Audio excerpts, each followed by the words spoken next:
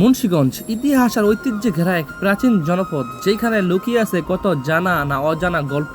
ইতিহাস আর ঐতিহ্যের জন্য সেরা না আমাদের মুন্সিগঞ্জ, আরও আছে আপনার প্রাকৃতিক সৌন্দর্য, অনেক সুন্দর সুন্দর জায়গা, অনেক দর্শনীয় স্থান। আমাদের মুন্সিগঞ্জকে ঘিরে অনেক গল্প কাহিনী আছে। যাই হোক, আমরা চলে গিয়েছিলাম আমাদের মুন্সিগঞ্জের লালনের বাড়ি, আর আমরা এখন অতিক্রম করতেছি আমাদের সিরাজদি খানের গোয়ালবাড়ির লোহার ব্রিজ। এই ব্রিজটা কিন্তু মাশাআল্লাহ অনেক ভাইরাল। এখানে অনেকেই আছে, ছবি তুলতে আসে, ঘুরতে আসে, অনেক সুন্দর জায়গা, প্রাকৃতিক সৌন্দর্য ফিল করা যায় নদী হওয়াতে। আর আমরা ইতিমধ্যে প্রবেশ করতেছি আমরা লালন ফকিরের বাড়ি। আমাদের মুন্সিগঞ্জের যে লালন আছে, লালন ভক্ত বা লালন ফকির যেটাই বলেন, সেইখানে চলে আসছি। আর এইখানকার লোকেশন অনেকেই জানেন না, অনেকেই জিজ্ঞাসা করেন। এইখানকার লোকেশন আমাদের মুন্সিগঞ্জ জেলার সিরাজদি খান থানা লৌতুবদি ইউনিয়ন দোসরপাড়া গ্রামে অবস্থিত এই লালনের বাড়ি। এখানে কিন্তু প্রতি বছরই গান বাজনা হয়, লালন গীত হয় আর কি। এখানে মেলা হয় প্রতি বছর, কিন্তু এই মেলাগুলো হয়ে থাকে। আর আমি এর আগে ওইখানকার একটা ভিডিও করেছিলাম গত বছর, আর এই বছর এই সময়ে অনেক সুন্দর প্রাকৃতিক সৌন্দর্যের জন্য আমি চলে আসলাম ভিডিও করার জন্য বরাবর সেকেন্ড টাইম। আর এইখানে আসলে অবশ্যই ভালো লাগে, প্রাকৃতিক সৌন্দর্য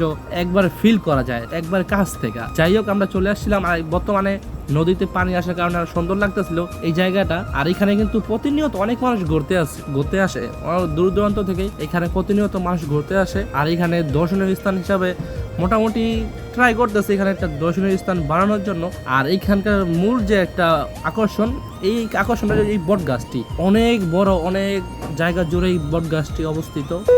অনেক বড় আছে এই গাছটি, আর অনেক সুন্দর একটা জায়গা কিন্তু মাশাআল্লাহ। আর এখানে একটা বাড়ি আছে, সুন্দর একটা বাড়ি। আর এখানে হয়তো আপনার যারা লালন গীত করতো তারা এখানে বসে আড্ডা দিত বা গান বাজনা করতো, সেই একটা বোঝা যায়, এরকম একটা অনুভব বা এরকম একটা কিছু এটা দেখলে বোঝা যায়। আর এখানে একটা বাড়ি আছে, সুন্দর একটা বাড়ি। আমাদের মুন্সিগঞ্জের ইতিহাস আর ঐতিহ্য, যেটা টিন ও কাঠ দিয়ে তৈরি দোতলা বাড়ি, ঠিক আছে। আমরা সেই দোতলা বাড়ির সামনে দিয়ে অতিক্রম করতেছি। আর এইখানে দেখা যায় যে কাজ কাম চলতেছে, যে আরো আপডেট করা হবে, আর সুন্দর করা হবে, জায়গাটা দর্শনীয় স্থান হিসাবে পরিচিত পাবে ইনশাল্লাহ। আর সামনে দেখতেছেন অনেকগুলো ঘর আছে, হ্যাঁ, এটা কিন্তু আমাদের মুন্সিগঞ্জ ঐতিহ্য। আর এই ঘরগুলো কিন্তু অনেক পুরনো ঘর, অনেক পুরনো ঘর। আর দেখে বোঝা যায় যেগুলো অনেক পুরনো ঘর। আর এটা দোতলা ঘর, অনেক সুন্দর একটি ঘর। আর নতুন করে মনে হয়তো মেরামত করছে, যাই হোক বোঝা যায়। আর এখানে আসলে অনেক সুন্দর একটা ফিল পাওয়া যায়। এখানে নদীর পার পর এখানে একটা খেলার মাঠ আছে, যে সুন্দর বাতাস মাশাআল্লাহ।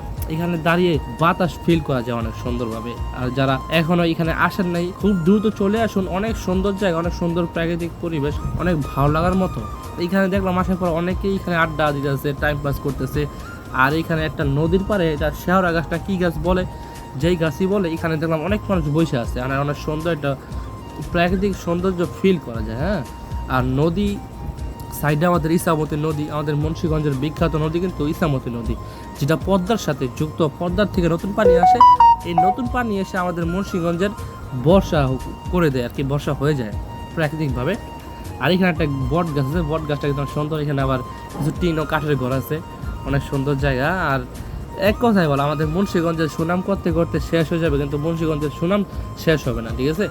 যারা এখনো এখানে আসেন নাই, তারা খুব দ্রুত চলে আসবেন ঘোরার জন্য, ঠিক আছে। আর অনেক সুন্দর জায়গা। আর অনেক কিছু বলে ফেলছি, ভুল ত্রুটি হয়ে থাকলে অবশ্যই ক্ষমা দৃষ্টিতে দেখবেন। আর ভিডিওটি ভালো লেগে থাকলে অবশ্যই লাইক, শেয়ার, কমেন্ট করে আমার ছোট্ট ফ্যামিলির অংশ হয়ে যাবেন। আজকের জন্য এতটুকুই, আমরা বের হয়ে যাচ্ছি। আসসালামু আলাইকুম।